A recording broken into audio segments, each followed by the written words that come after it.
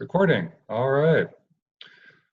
All right. So, welcome to the latest in a series of online lore programs sponsored by the Troth Lore and run by Ms. Fuller over here. Just a very quick personal note for anyone who didn't know, Laura and I got married this weekend. So, yay! Congratulations for us. All right. Now, this presentation is about the runes, the origin of the runes, and it's about I should say the theoretical origin of the runes and the theoretical origins of the god known as Odin, who would become known as Odin, and the relationship between the two. Let me get this set up for you here.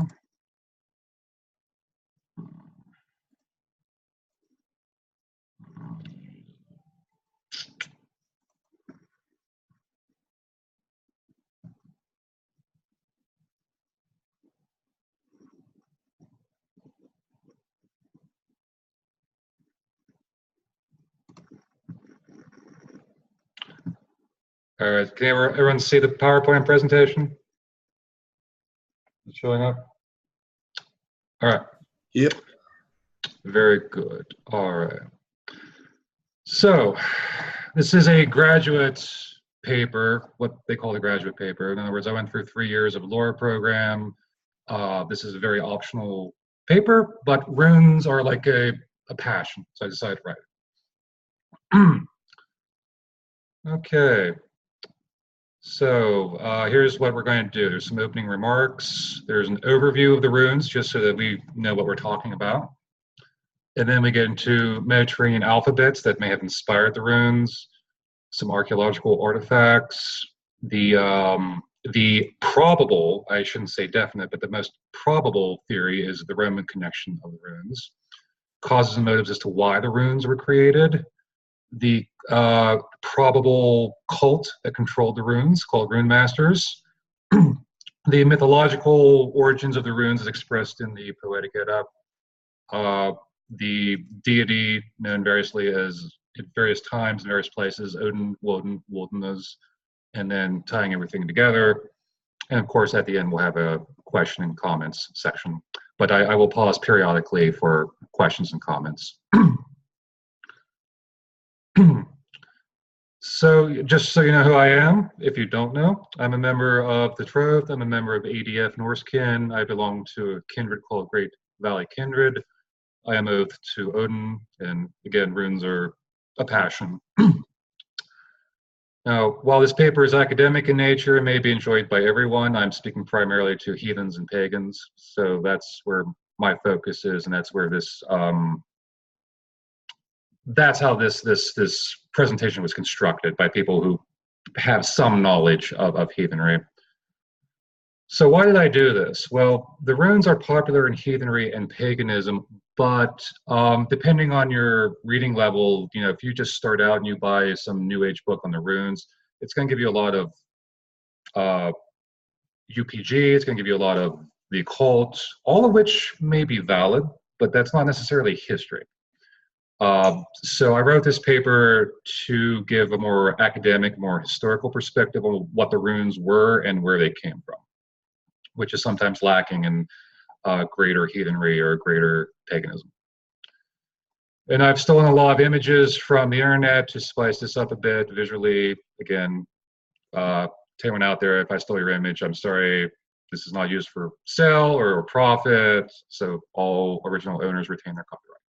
Okay. I do want to preface one thing. My rough draft of the paper received some fair criticism that you're going to hear a lot of theory. Okay, you're going to hear theory 1 and theory 2, and then theory 1 linked to theory 2 in some kind of grand meta theory. So I'm going to try to be very clear about what is theory and what is fact. Now, that being said, my personal view is that if a theory fits the facts and there aren't any better theories that fits the facts, then I'm going to go with that theory until something better comes along. All right. And what I'm presenting to you is my understanding of the literature on the runes and what I think is the best theories out there as to their origins, as discussed by scholars and archaeologists. All right, so before I proceed, does anyone have any questions at all or any comments?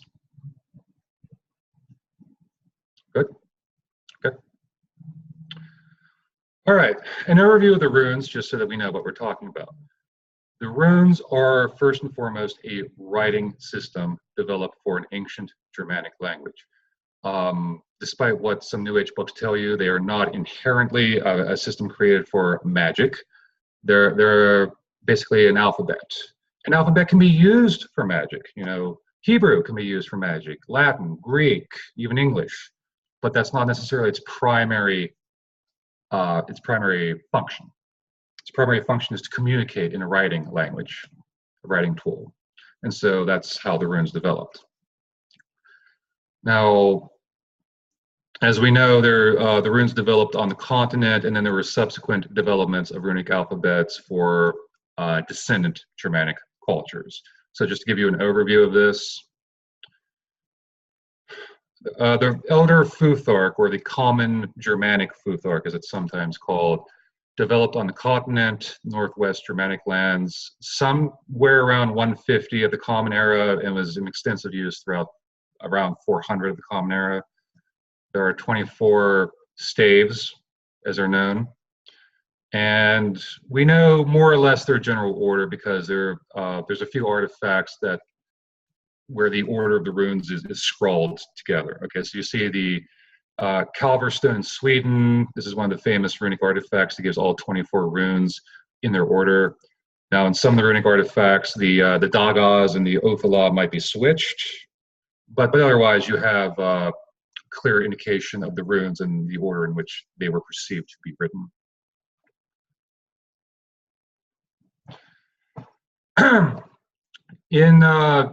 As Germanic languages developed, there were different sounds, and so languages evolved and writing systems evolved along with them. So by the time the Saxons invaded, the Anglos and the Saxons and the Jutes invaded sub-Roman Britain in the 5th and 6th centuries, they took over. By 600 of the Common Era, there was another runic alphabet in use called the Futhark. So instead of 24 characters, there were 29 characters that had corresponding rune poems, and then there's a couple more runic characters that don't have rune poems. And at the bottom, you see a very famous runic artifact called the seax, kind of like a long knife or a short sword, depending on how you look at it. But this was found in the River Thames in the 10th century, and it has the Anglo-Saxon Futhark written more or less in order.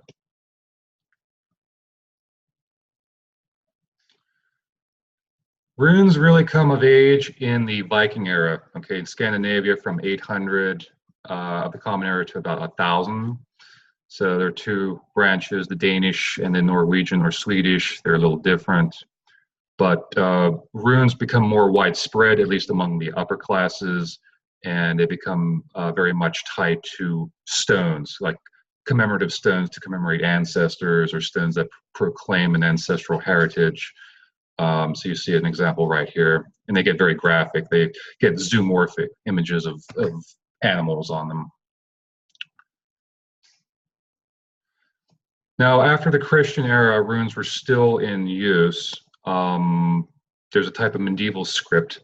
This is a Bergen rune stick from Bergen, Norway, around the 13th century.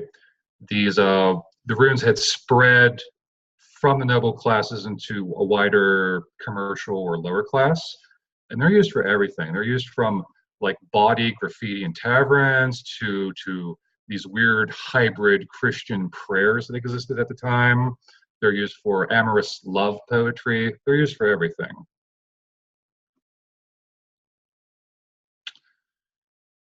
In Iceland, one of the texts, the grimoires, magical grimoires, there are stylized runes that are used as magical sigils. They're called galdrastafir, and there are a variety of spells that have a Christian heathen hybrid.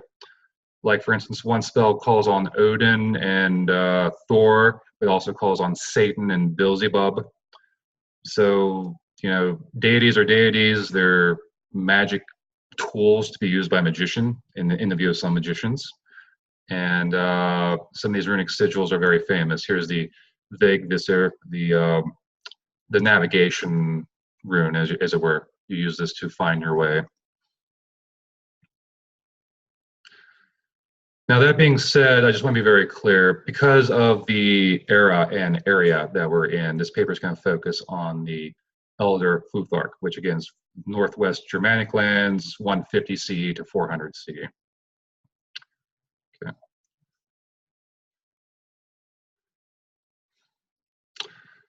So, what are runes? They're angular characters originally meant to be etched onto hard surfaces: bone, antler, wood, stone. In later times, with the increasing medieval times, they could be written on parchment. They could also be used to transliterate foreign languages: Latin, Greek, Hebrew. There are some runic amulets that incorporate Latin phrases, Hebrew phrases like the Hebrew tetragrammaton and so forth.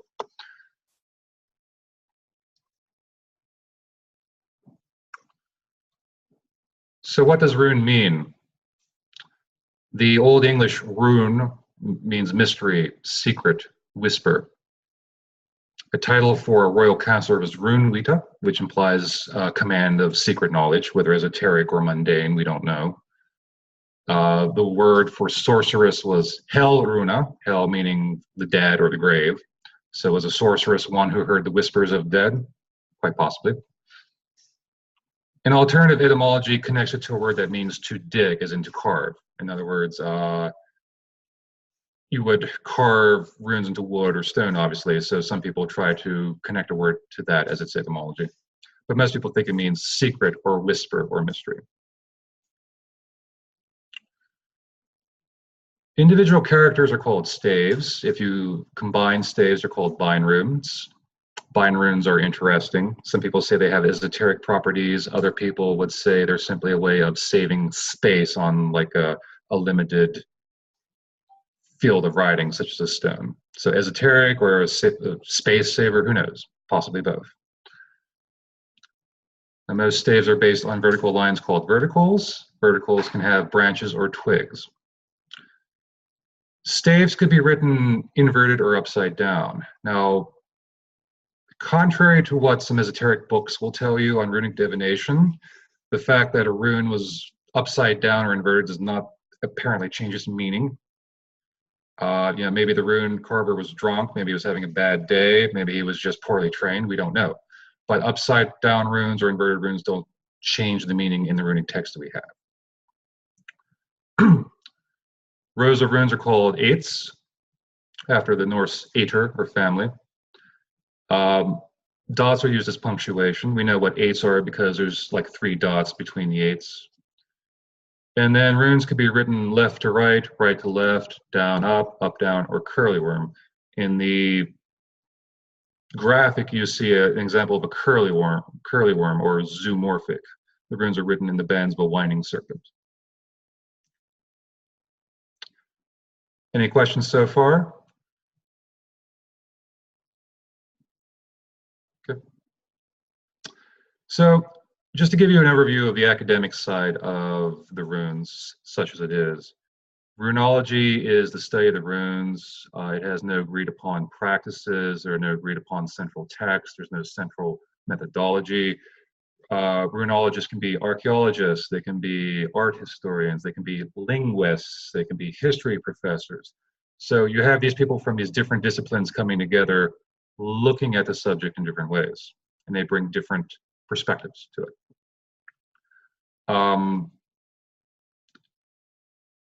Individual texts are often disputed as to their meaning.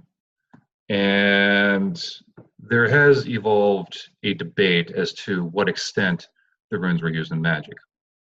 So there's basically 2 camps. The imaginative camp is very quick to see an esoteric use of the runes. The principal example of this would be Stephen Flowers, otherwise known as Edward Thorson. Most other academics are skeptical. They downplay the use of runes in magic, if for no other reason than magic is not an accepted field of inquiry in academia. If you want to keep your job, you don't talk about the supernatural. So there is a divide between the imaginative and the skeptical. My favorite author, my favorite scholar is Stephen Pollington, who's more of an Anglo-Saxon scholar, but he does wider stuff as well. He reconciles this too. He says that runes are about communication. So you can communicate with the human world, you can communicate with the supernatural world. It's all about communication, and that resolves the dichotomy between imaginative and skeptical. That being said, what were runes used for? As far as their prosaic use, they were used for marking objects with the name of the owner or the maker. They can commemorate ancestral deeds, especially on the Scandinavian runestones. They can proclaim a message like, don't disturb this stone. Woe betide anyone who disturbs this ancestral stone. Or they're used in simple graffiti. There are Anglo-Saxon pilgrims to Rome in the medieval era who scrawled runes on churches. It basically said like Olaf was here or Egilbert was here. So. As far as the esoteric uses of runes, blessings, cursings, curings, bindings, and unfetterings. There's some very interesting archaeology where, like within a tumulus, within a burial mound, there are runes that are meant to be read from the inside by the grave occupant. And it's theorized that the runes were there to bind the corpse so that it wouldn't become a draugr, a walking corpse, which is prevalent in the Germanic tradition. And there's an archaeological corpus of runic amulets. There's a fascinating book from MacLeod and Mies. It's kind of expensive, but if you want to know historical rune magic, as opposed to all the new age esoteric stuff out there, this is a book you should read. And I have it in my bibliography at the end, but it's a great read. All right, and before I move on, any questions or comments at all?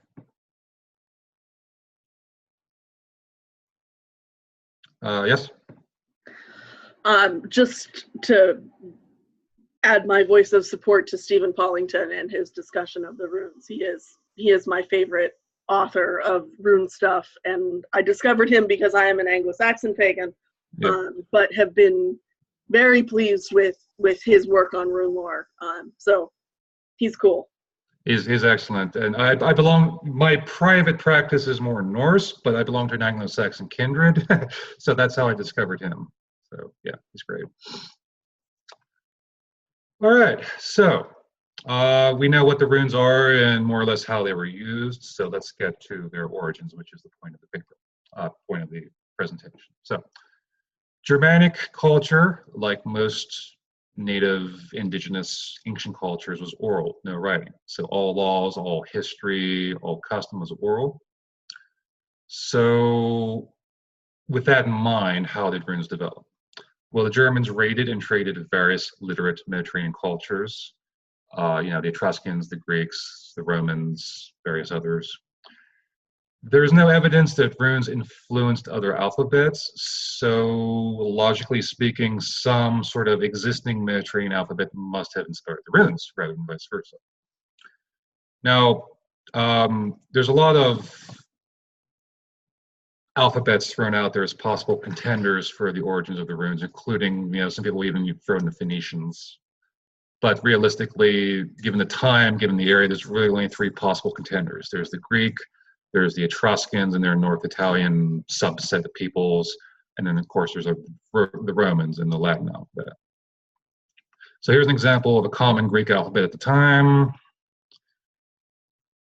Here's an example of an Etruscan alphabet of a certain era. And, you can kind of see that that's a nice Sowilo right there. It's like non-Sus right there, possibly. And of course, we all know Latin.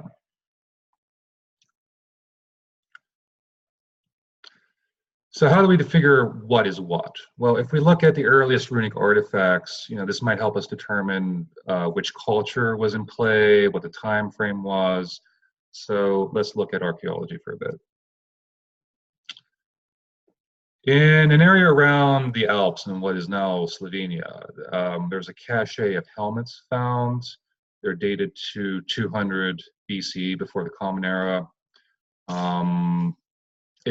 These helmets are possibly votive in origin, possibly to like an open-air temple. We don't really know. There is an Etruscan or North Italic script on at least two of them.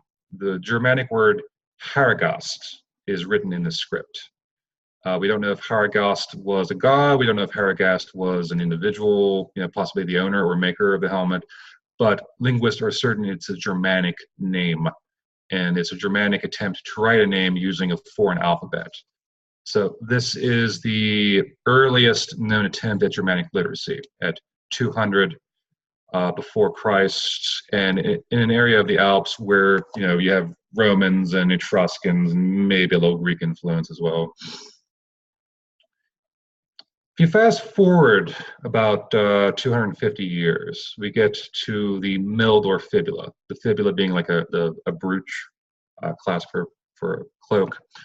A fibula brooch was discovered. It contains characters that could be either Latin or runes or a mix. So if you see the white text there, there's runes or there's Latin, possibly a mix, possibly a prototype attempt to write runes using Latin. We don't know. But it's a very interesting development. But finally, you get to the first bona fide runic artifact called the Vimizko. Now, this was found with a bunch of other objects in the bogs. Bogs, of course, being a nice place for Germanic heathens to bury stuff because it's a liminal place that you would throw votive objects in for the gods and the ancestors and such. And I wish the first runic artifact was something exciting, like a sword or a runic wand or something, but no, it's a comb, okay? So it has the word Harya. And you can see, if you look closely, you can see Hagalaz, Ansus, Raido, Yera is kind of scrawled a little bit in minuscule. And then, of course, another Ansus. Harya means hair or warrior. And we know from the Vikings that Germans did take their hygiene very seriously. And their, hair also plays into warrior cultures. The length of the hair giving the warrior its power, who knows? But the point is, this is the first runic artifact that cannot be contested. So somewhere between 160 and 180 of the Common Era, found in what is now Denmark. So what do these finds tell us? Germans started experimenting with literacy around 200 BCE. Sometime between 50 CE and 180 CE, the runes were developed. So, given that time frame, who was the dominant cultural power of the era? As the map shows, the Roman Empire pretty much dominated everything during that era.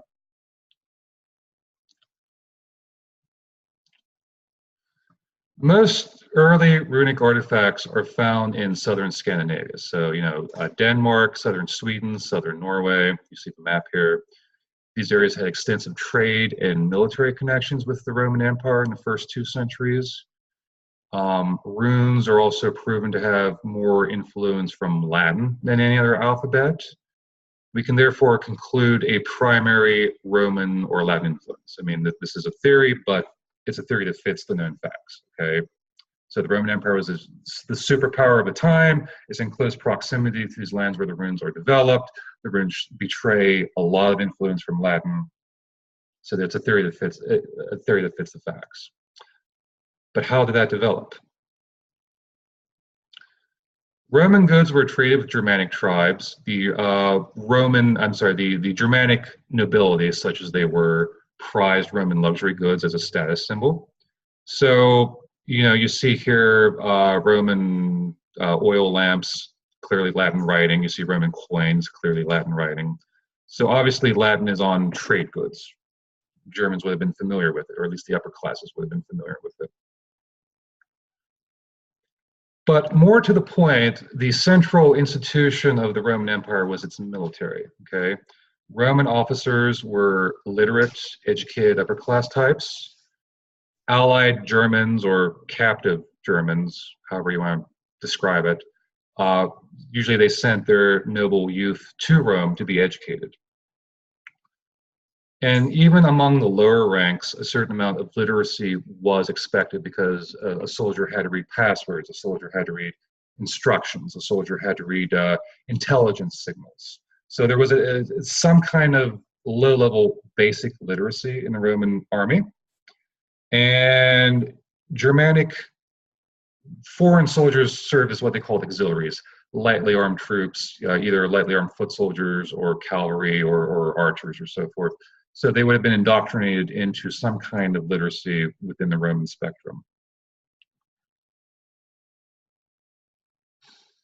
There's even a theory, and again, this is just a theory, but it's a very interesting theory. Do you ever wonder why we have, 3 rows of runes? How did the Aether develop? Well, there's a theory that it developed from signals intelligence of the Roman military. In other words, uh, you were given a piece of paper with markings to show where your unit should be, where should it go, and you can see here the grid-like nature of the Roman military formation. Did that inspire the Aether? Who knows? An interesting theory, nonetheless. Any questions so far?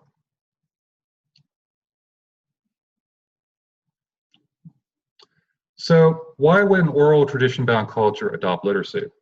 Well, why not? Literacy empowers those who use it. It preserves and facilitates communication. It's especially true among the upper classes. The upper classes, if they can write and record and communicate, they have an advantage over the lower classes who cannot, or who cannot do it as well, usually.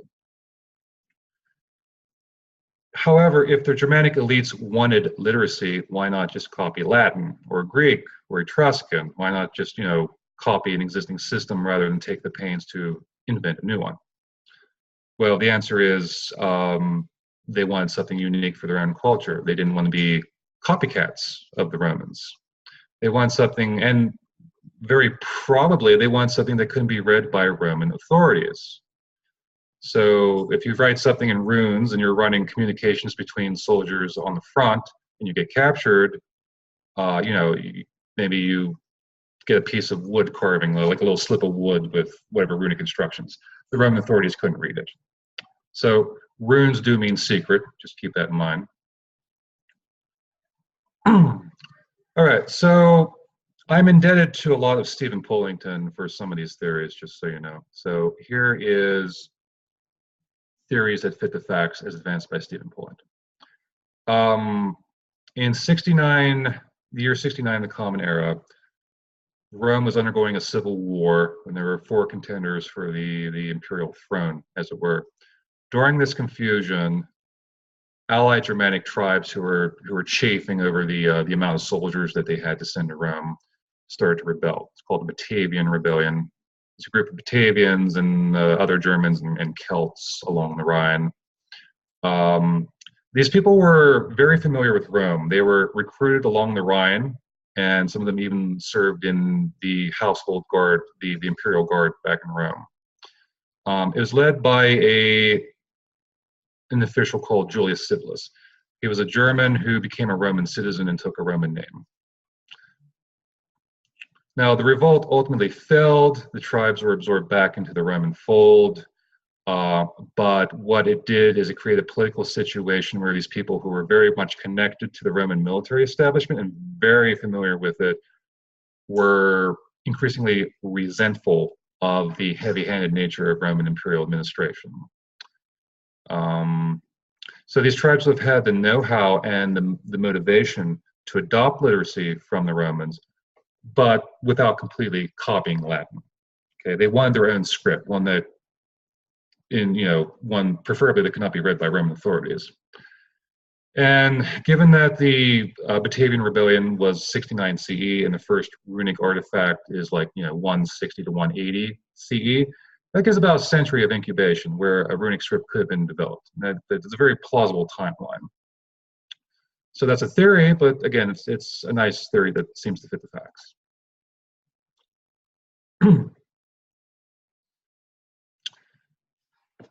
Now, another theory, but again, a very credible one. So the Elder Futhark is considered to perfectly match their Germanic language of the time and the era. In other words, the graphemes, or the smallest unit writing, seems to perfectly fit the phonemes, or the distinct sounds. So it seems like an invention. In other words, when you have a gradual and diffuse evolution of language as it crosses cultural barriers, it tends to be messy. So think of UK English that was translated to America, our weird spelling rules that came from the Dutch printing press that they used rather than the English printing press.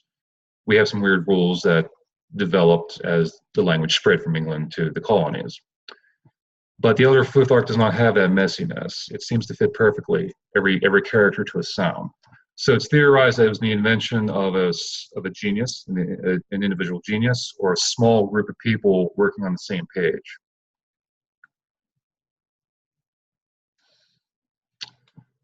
There are about 400 inscriptions of the Elder Futhark known. They cover a relatively small space, southern Scandinavia, in an era of about 2.5 centuries. So even allowing for decay of wooden artifacts, it's clear that runic writing was marginally used. It was not widespread throughout the culture. And we might expect this in a culture that's only beginning to experiment with literacy. But even if it was marginal, that speaks to something else, because from the runic artifacts gathered, there's 400 inscriptions that are known. There's relative uniformity. There's a little variation, but not much. Everything seems to be more or less uniform. It seems to be adopted over that area very rapidly. So we might logically conclude that rather than developing at will, nil will, it was developed by a central authority. That it was created by a central authority, again, an individual or small group, and that it was spread by a central authority. A substantial portion of Elder Futhark inscriptions are on high-grade military items and status items. So the runes that are scratched on swords and armor and helmets, they tend to be the best of those that are found, the best military weapons. And of the status items, they're particularly prominent, it seems, on like brooches for upper-class females in engraved goods. So this implies that runes were controlled or used by a social elite. Now, the term that we use to this hypothetical cult or network of runic use are rune masters. Very creative, right? Rune masters. So that's a term that we use. It's not known how they worked. It's not known how they were organized or how they taught. Stephen Flowers theorized in his thesis, written some 30 years ago, that there must have been some sort of master-apprentice relationship, which he links to later medieval guilds. Whether that's true or not, who knows?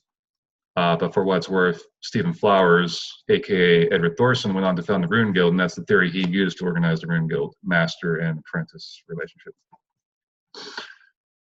The Rune Masters invested themselves, or were invested with various titles. So, Devas, officer or servant, Gudea, priest, Thules, which is related to the Baal or Thule from Beowulf, and Ero.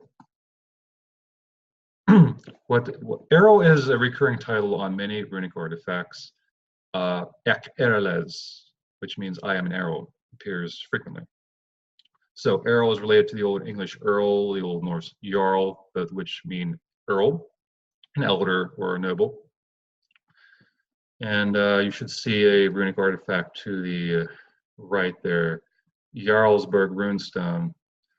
The inscription is usually translated as "Raven I am called. I and Errol write the runes." So Errol is a title commonly used by the rune masters, and it's related to nobility. Errol is also related to the Heruli. The Heruli were a tribe that participated in the various military depredations of the late Roman Empire. They were noted for having a penchant for human sacrifice. Some people go out on a limb and said they were like a band of cultic warriors, and that they're the ones that spread the runes in the name of Odin. Now, we don't know if that's true or not, but it does bring up a question. What were the religious dimensions of the runes? Okay, so that's what we're going to talk about next. Before I go any further, does anyone have any questions or comments?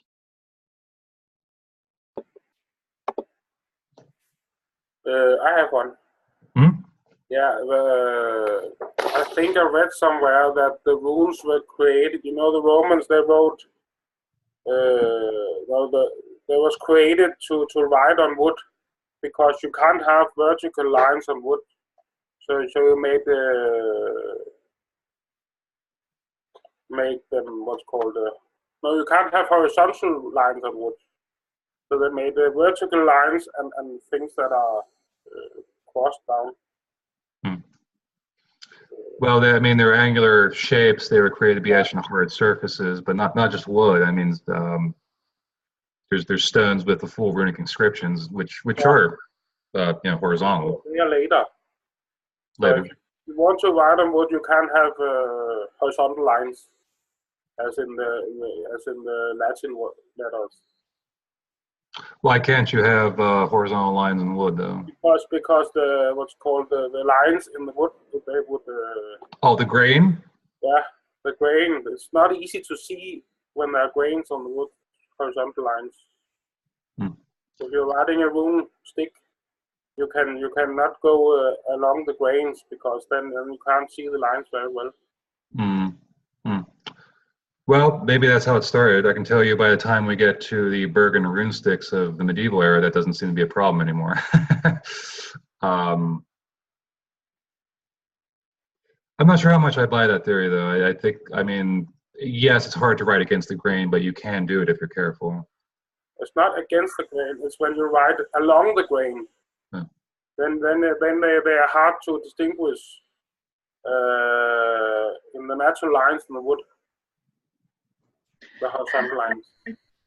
If I can interject, I think the question is with the shape of the runes, not with the fact that the runes are written in horizontal lines, but the actual rune shapes themselves very rarely have straight horizontal lines as part of them. Because when you're carving something into a piece of wood, if you have grain lines going against it and you carve a diagonal, or you carve a straight up and down, or you carve a zigzag, you can see that.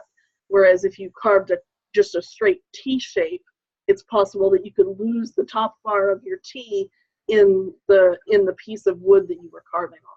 Does that make sense? Oh, yes, that does. That's yes. what I tried to say.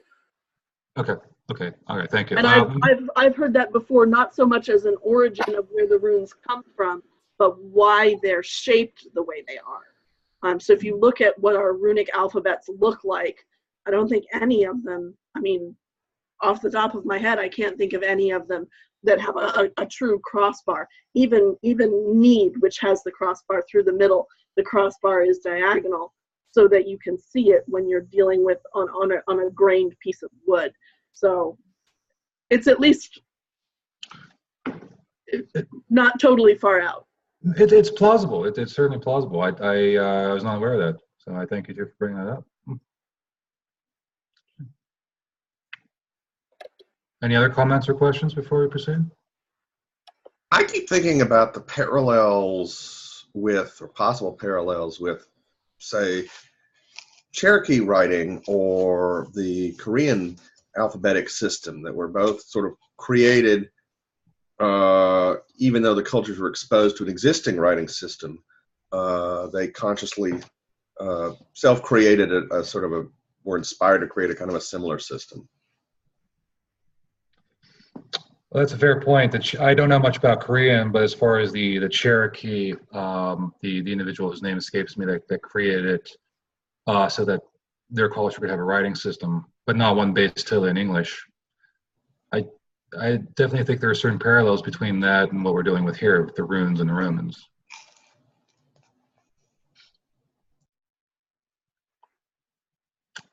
Any other questions or concerns? All right, well, I'm going to proceed to the religious dimension of this, and then after we discuss that, we will try to tie the historical and the religious together. So I'm speaking to heathens here, so this is going to be like, Heathen 101. But in the Poetic Edda, written somewhere around the 13th century, but based on oral legends of 3 centuries earlier. So we have the Havamal. The runes were not invented. They were part of the cosmos. They were embedded in the bark of Yggdrasil. And discovered the runes after hanging on there for 9 nights in the, quote, shamanistic sacrifice. Having discovered the runes, he then went on to master 18 runic spells. However, he was not the one to teach runes to humanity.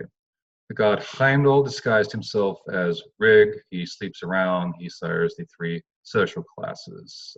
Karl, thrall, which are the serfs, carl, the farmers, and jarl, the nobles. And he teaches runes to the nobility, who promptly start using it for runic magic. So why did Heimdall and not Odin teach the runes to humanity? That lies outside the context of this particular argument, I think. But the point is, he taught to the nobility. Runes are the province of the nobility, not the common people.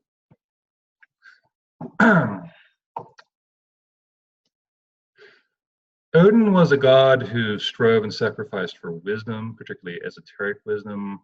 He gave an eye at Mimir's will. He took on the practice of scythe from Freya, even though it was considered unmanly. He's willing to do whatever it took to learn wisdom, especially esoteric wisdom. So it was for him and him alone to discover the runes. It was, however, Heimdall that taught runes to humanity. Again, why it was Heimdall instead of Odin is not, we could sit here and debate that for a while. But again, what matters is that Heimdall taught runes to the nobility, not the common people. So in terms of cult, Odin, known as Odin in the original language, was the Viking Age god of aristocrats, their warrior retainers, and their praise poets, the skalds. Presumably, Odin is the god of rune carvers that existed, although Thor is really the only god mentioned by name in the runic scripts of the Viking era. There's inscriptions that say Thor hallow these runes. In any case, Odin's generally considered the god of the runes. Now, if we go back in time to the continental area, Tacitus says the Germanic tribes had a chief deity to whom humans were sacrificed. He was identified with Mercury. The Lombards are a tribe known to the Romans in the 1st century. By the 2nd century, they had moved to the Rhine. A later literary source claims the Lombards worshipped Wodan. He was a pan-Germanic deity and a giver of victory, presumably, according to that source. That source is disputed, by the way, but that's the conventional view. Scholars link Godin and Woden to the later Odin and are certain it's the same deity Tacitus refers to as Mercury. So, we have a 6th century artifact known as the Nordendorf fibula. It invokes Woden, it invokes Thor, it invokes a 3rd deity whose name may or may not be Loki. That's totally outside this realm of discussion. But it invokes 3 deities, Woden being one of them. The inscription is disputed. Some read the inscription as like a denunciation of these, a Christian denunciation of these deities.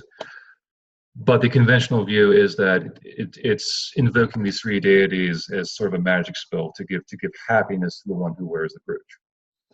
So this is a runic artifact that mentions Woden from the 6th century, implying that he is somehow connected to the runes, perhaps.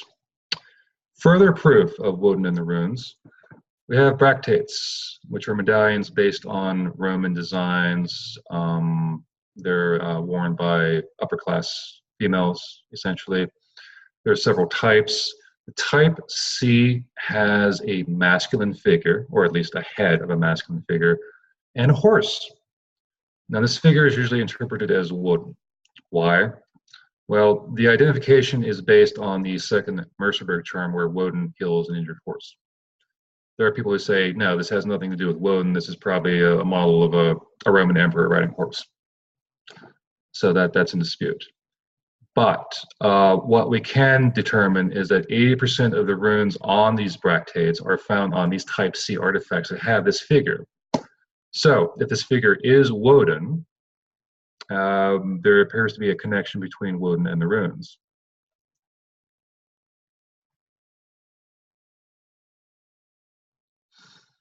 Going back even further, Wodanaz is the reconstructed Proto-Indo-European name of the ancient deity who preceded Woden.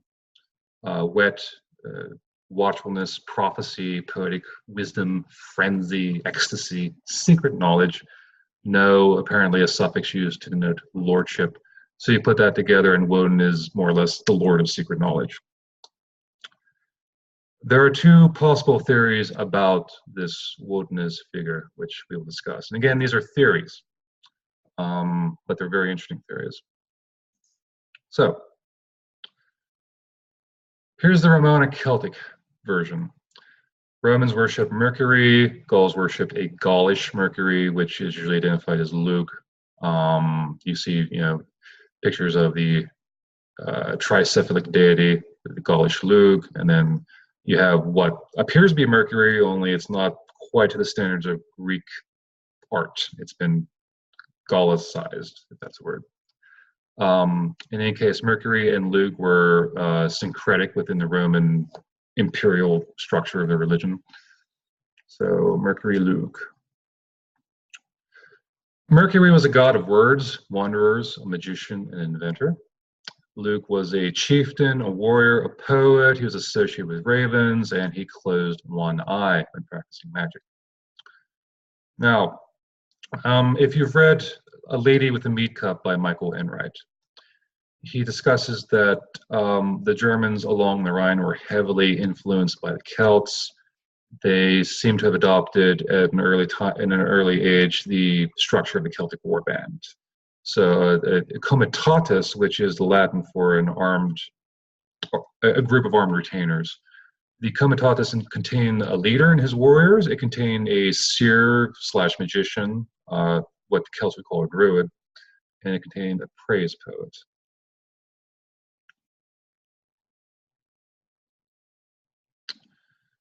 The Germanic war bands included people from different families and tribes. Now, if you know anything about Germanic culture, family is everything. Frith only exists within the familial structure, kinship structure.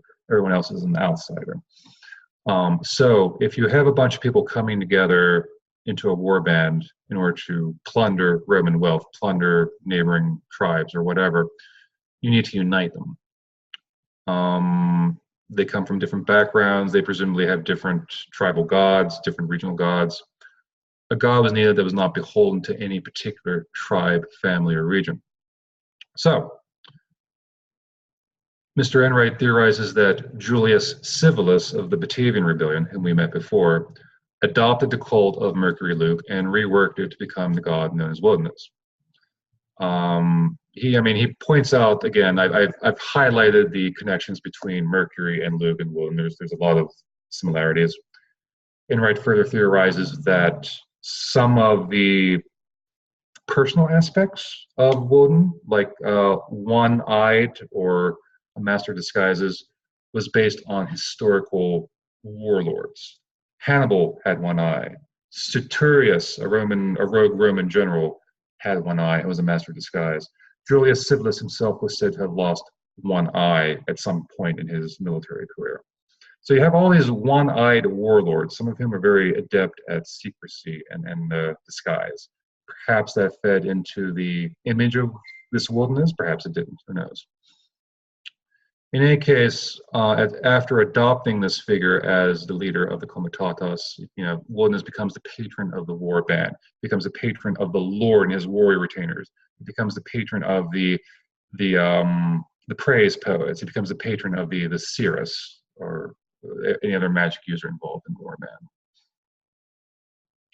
band. There is another theory, however, and this one comes straight out of Kershaw. Again, I have a bibliography at the end. So apparently throughout the Indo-European world, there were cults of adolescent warriors that existed on the outskirts of civilization. So for example, in historical times, Sparta used to take boys that were 7 years of age and take them from their homes and their mothers and start training them in warfare. So think of it like this. In the ancient prehistoric era, they would do this across the Indo-European world. They would take adolescent males, they would take them to the outskirts of civilization and then forest and so forth. These young boys were taught guerrilla warfare. They were taught religious ecstatic rites. They propitiated the dead. If you propitiate the dead, you identify with the dead. You identify with the invulnerability of the dead. You can't kill something that's already dead. And so it's theorized they through various intoxication rituals or dancing rituals and so forth, they would shift their consciousness to assume the likeness of the dead or possibly of other totemic animals like wolves or bears. The German version of these were called the Männerbunde. And Wodanaz is theorized to be the patron of them. Woden was a god of secret knowledge, a god of knowledge in general, and so he was the god of these warriors as they evolved, as they matured under this secret ecstatic cult. And then, of course, in historical times, these would have become the natural patron of the later armed retinues, the comitatus. Okay. So just to recap, there's two different origin theories, not necessarily mutually exclusive, mind you, but we have a Romanic Celtic connection that developed along the Rhine from Mercury Lug, with maybe a little bit of historical one-eyed generals thrown in. And then we have an Indo-European version. Before I go any further, does anyone have any questions or concerns about those origin stories of Wodanaz?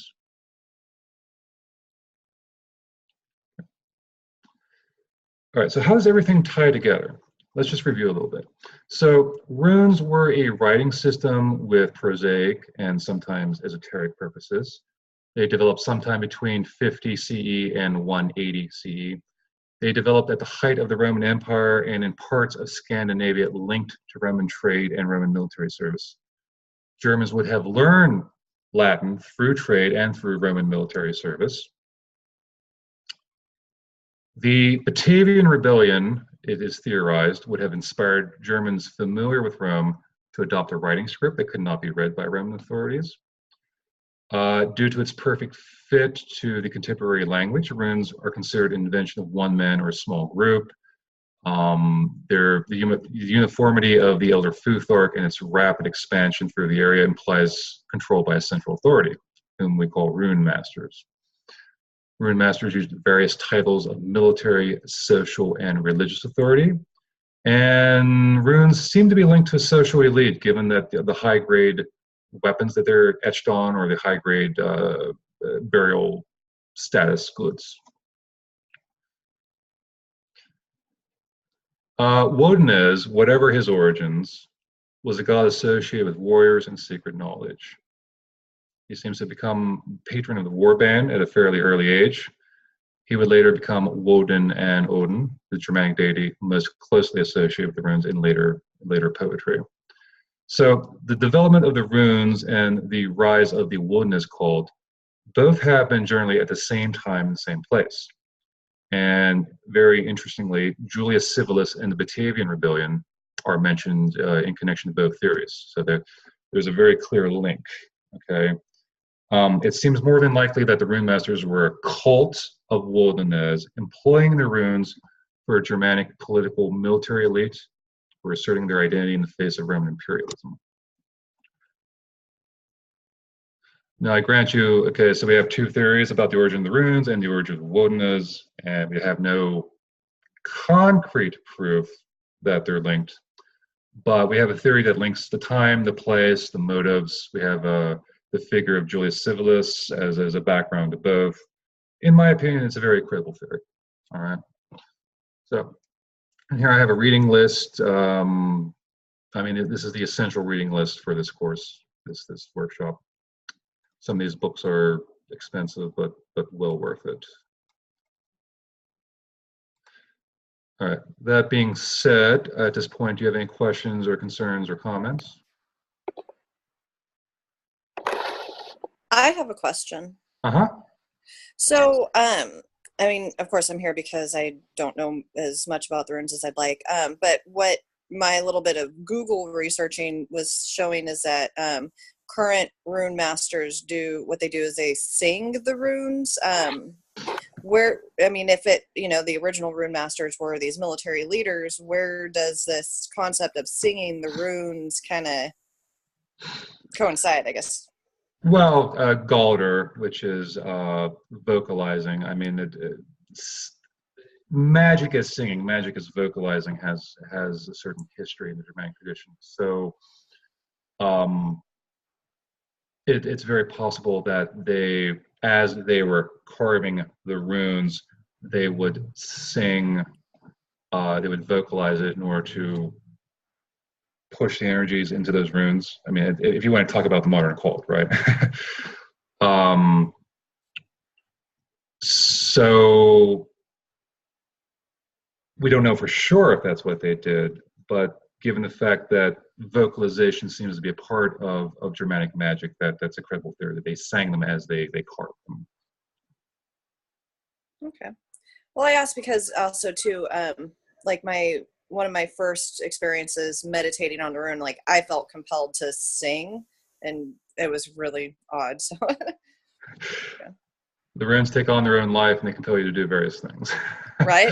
The runes told me to do it. Okay, I was just kind of curious. I mean, that's interesting with the, with the original rune masters having been like the military leaders. And Well, keep in mind, I mean, if they were connected to a cult of Wodan has his own prerogatives. So it's probably the way I would view it is a bunch of magicians working on behest of the military political elite at the time. that makes sense. And of course, there's also the figure of the skull, the praise poet. He would sing his praises, his poetry. So within an oral culture, songs and vocalization has a very broad component of energies. Do you have something to say, Tom? Yeah, they do the singing of the rune names a whole lot in the Troth and places I've seen, but I'm not entirely convinced that's what historical Galdr was like. If you look at, say, the Galdra Staffer books, there's often a kind of a poem attached to each of the symbols that people would say or invoke. And I'm wondering if there was not some other kind of utterance going on as you carve the rune. It wasn't just singing the alphabet, but that was some other more complicated chant or invocation or use of spoken magic. I haven't got any evidence to back it up, but that's just my Well, I mean, going along with that, Odin's 18 runic spells. Who knows what that's about? Perhaps there's some sort of mantra that is not associated to individual rune staves. Who knows? I don't think that it says in the Havermal that it was rune spell secret. They just said it was spell secret. Odin. It doesn't say, I think, that the spells Odin knew was rune spells. They were just spells. Well, I read them in translation, but the translations all seem to imply spells. Yeah, spells, but not runes in that time. Yeah, they don't seem to be connected to the runes. They're just 12 random things he knows. It sounds more like, I just heard Njal Saga as audiobooks, and all the spells there are people saying, I curse you, or you should do that, or something. There are no runes involved in spell casting, what I know of in history. Except when you write a spell down with runes on a piece of lead or some other thing. Yeah. If you look at like Egil's saga that has the two famous examples of him using runes, one of them he carves them on a horn, it's got point in it and it blows up. And another one the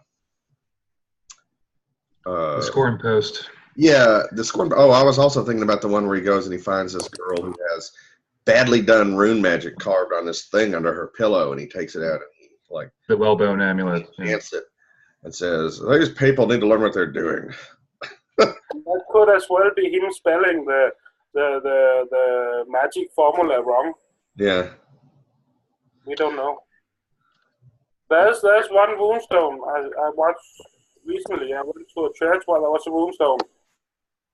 And it had, I think, rows of 3 letters, the same letters in a row, or short, where it was 3 letters, where the one in the middle was another letter, but the one on both sides were the same. And then he writes something afterward that I did the runes right, or I carved the runes right. If you kind of magic. Well, if you read MacLeod and Mace, the runic amulet scholarship as it exists, there are several recurring phrases that seem to reoccur frequently on those runic amulets. One is "Alu ansus lagus urus," which there's a wide variety of what that means. Is it related to, alcohol? Is it related to mead, or is it some sort of consecration? There's another formula, laukij, which seems to be related to leeks, possibly as prosperity or purification. Another interesting thing is that a lot of runic amulets have like the first 8, the first 8 is presumed to embody the power of the entire rune set.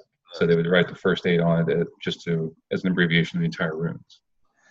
Yeah, I get the impression that the Galder singing, the singing of the rune names in reconstructed, Proto-Germanic or whatever, is just something that people do nowadays because it's something they can do and it's fairly easy. But I suspect that whatever spoken tradition they had went along with it was more complicated. Well, we've changed the runes. I mean, there's no evidence that the ancient Germanics used runes for divination, but that's what most heathens use them for today. And obviously they just, took the tarot card practice and the serial numbers off and said, here's some runes and we'll do it that way. That's exactly what they did. But, in fairness, the tarot cards did not start out as a divinatory set. Either, but, Yeah, so. If it works, but I wouldn't go around thinking that you're doing exactly the same thing people did in the past. Yeah. I think it was Tacitus. Tacitus they got it from, with the sticks with marks on. Yeah. Yeah, but he doesn't say they're runes. It doesn't say they're runes. No, it doesn't say they're runes. No, it doesn't anywhere. It could be, The runes might even not have been invented there. It says they cast lots with marks on them. That's all I know. Yeah. And I think that's where they got it from. But like I said, modern runic divination comes straight, as Tom said, comes straight from tarot. Like an inverted rune has an inverted meaning, whereas in the archaeological record, they're inverted runes all the time, whether due to mistakes or whatever, that not change the meaning at all. So,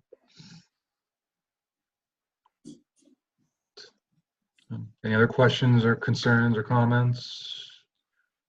I mean, at the end of the day, does it seem like a credible theory about the origins of the runes and the origins of Wodanaz and the connection between the two?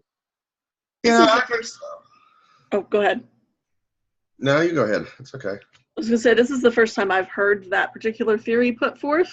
And I find it particularly interesting in light of the way that the subsequent daughter cultures from the Germanic cultures looked at Woden, and then Wodanaz to Woden to Odin, to the way that they looked at the runes. And I think it's certainly worth looking at. I would have to read the sources to see more about where the overlaps lie, but I do think it's definitely really interesting that you do have that kind of a parallel there.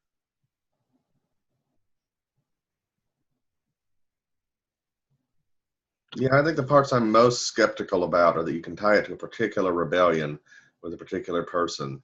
And I'm also kind of skeptical about the whole rune masters idea, that there's this secret rune guild running around in the past that has a, organization and everything.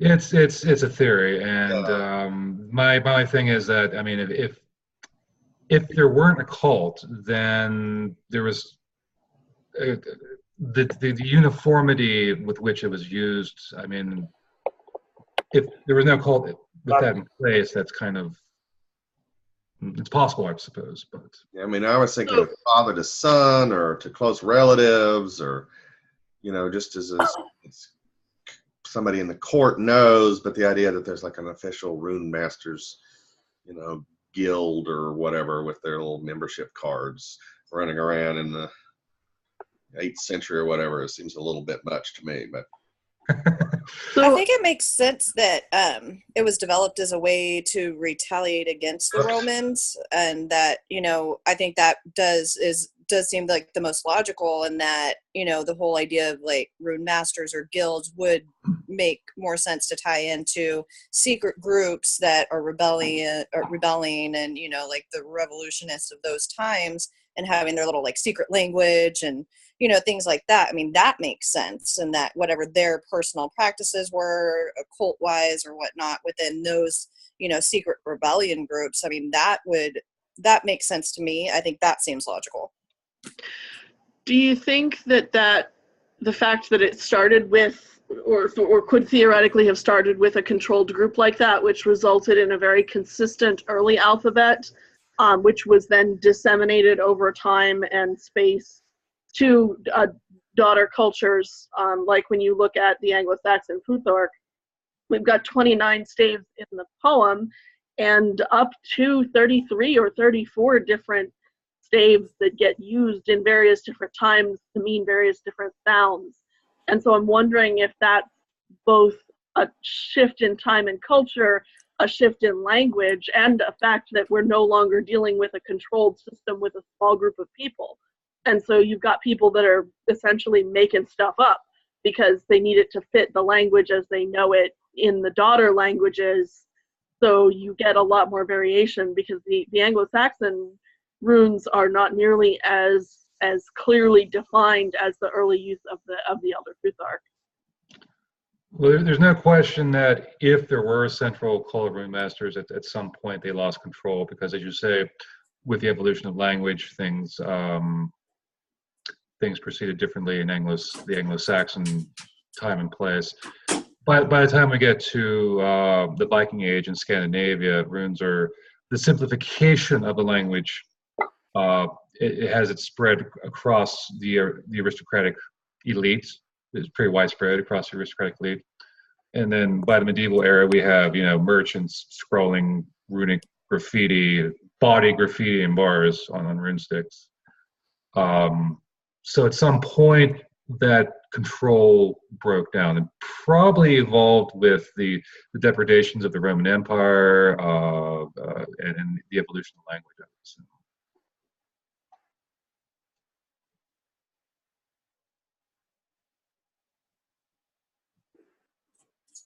But isn't the similarity, the consistency of the runes might just be because in the second or third century, where the runes were beginning to be used, that it was a very small group of social elites that communicated through the runes.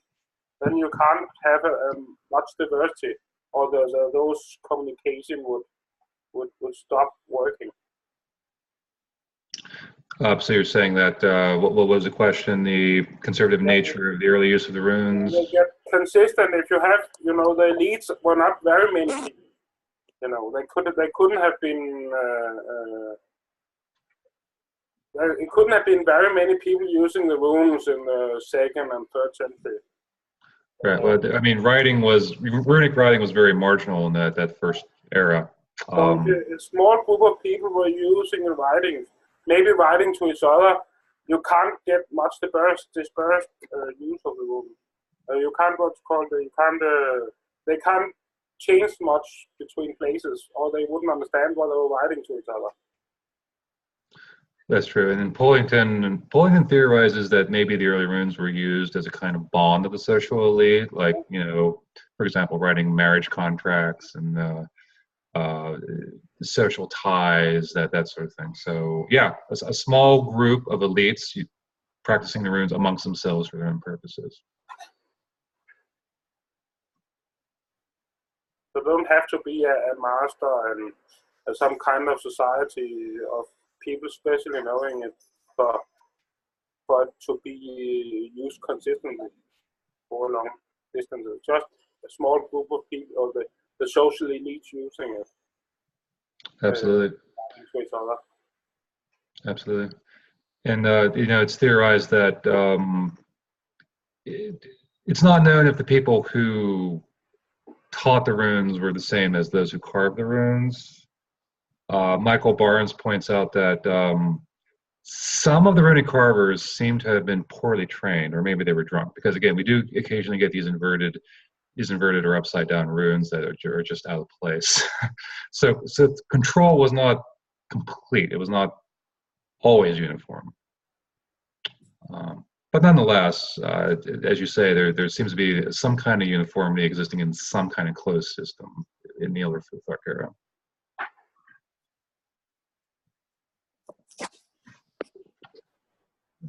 Any other comments or questions or concerns? I Well, have another question. Okay. Well, it was just kind of personal that in the beginning there was the thing that you said it was a rune was the circle, and it was the rune to find your way.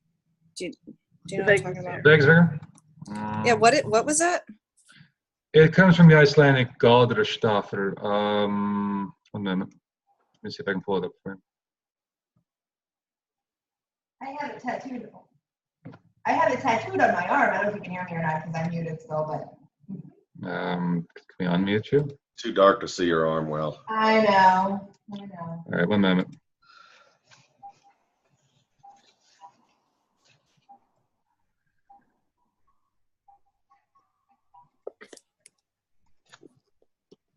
Is my slide sharing at this point or no? Not anymore. No. Yeah, let's see.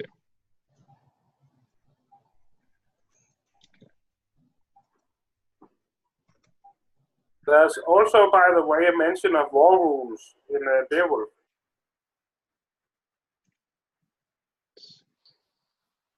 That I noticed.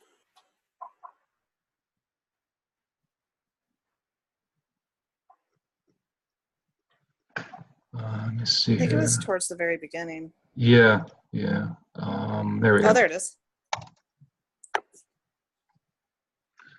And then the other main one that you might see at heathen festivals is the Helm of Awe, which is a fairly similar design. Okay, yeah, the Helm of Awe. I've seen that one a lot. Is that's what it kind of looked like, and so it's the Vegvisser. So that's considered a rune, even though it's not your traditional written out one.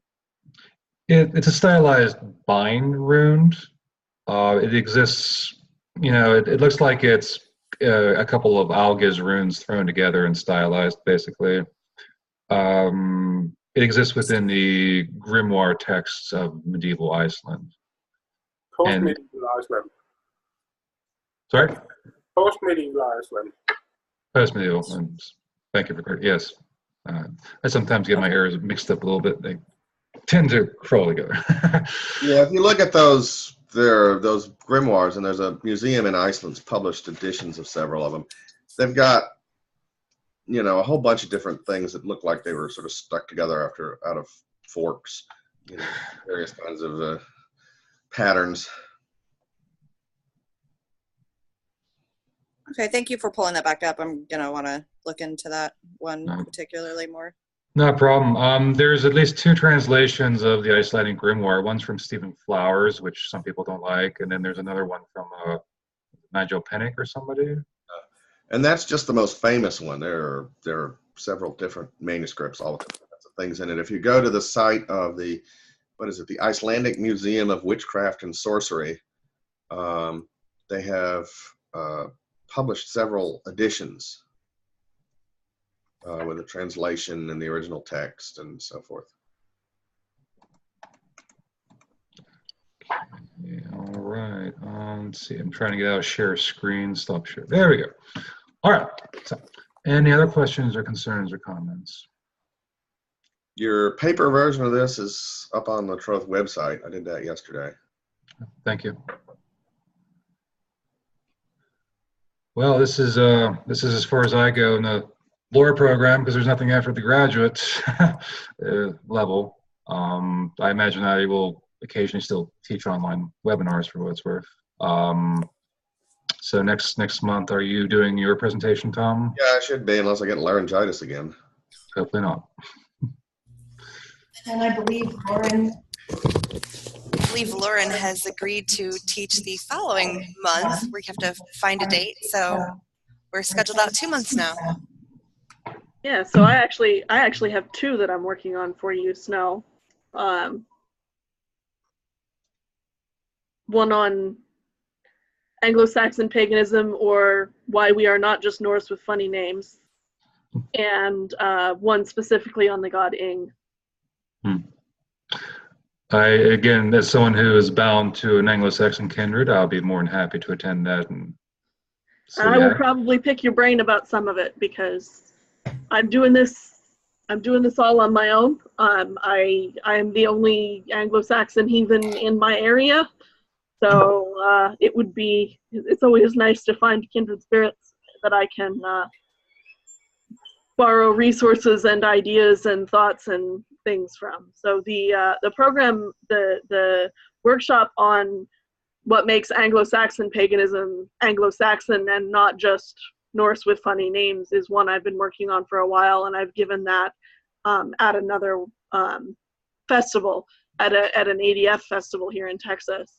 But it evolves as my spirituality evolves and as my knowledge grows. So. Could you be interested in one about Viking ships, or is it history? Can you sail it over here? No, only the big fantasy ships sail over there. Yeah, I know. I don't sail the what's called the merchant ships. I prefer long ships, and they don't sail. They will probably never have sailed over there. But you're near the museum. What? You're near the museum, right? Yeah, I sail Viking longships in my spare time. Oh, you do? Okay, cool. I built the two longships found in Roskilde Fjord. The short one was 16 meters, and the long one that is 30 meters. And we sailed the long one from Denmark to Ireland and back again. And I was part of the home trip. Wow. I didn't go on the trip there because my daughter was born there that year. My son was born that year. I think you just volunteered to do the June workshop, Kim. That's what I was saying, yes. They're going to be June. That takes us good. That we can postpone and see what happens after that then. Maybe the Ing presentation will be ready for July. Okay. Yeah. All right. All right, sounds good. All right, well, I'm going to go ahead and stop the recording.